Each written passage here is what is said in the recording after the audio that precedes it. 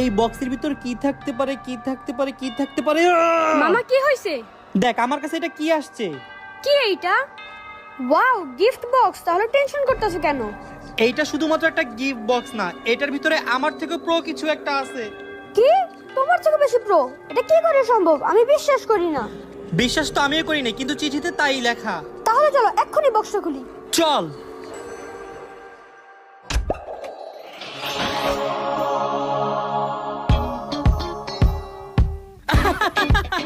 ও নাকি আমার থেকে বেশি প্রো।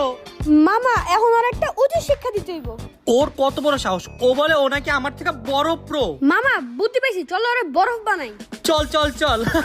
আজকে 24 ঘন্টার জন্য Oppo A5 Pro কে ফ্রিজের মধ্যে রেখে দিব, তারপর বোঝা যাবে আসল প্রো কে, আমি নাকি Oppo A5 Pro।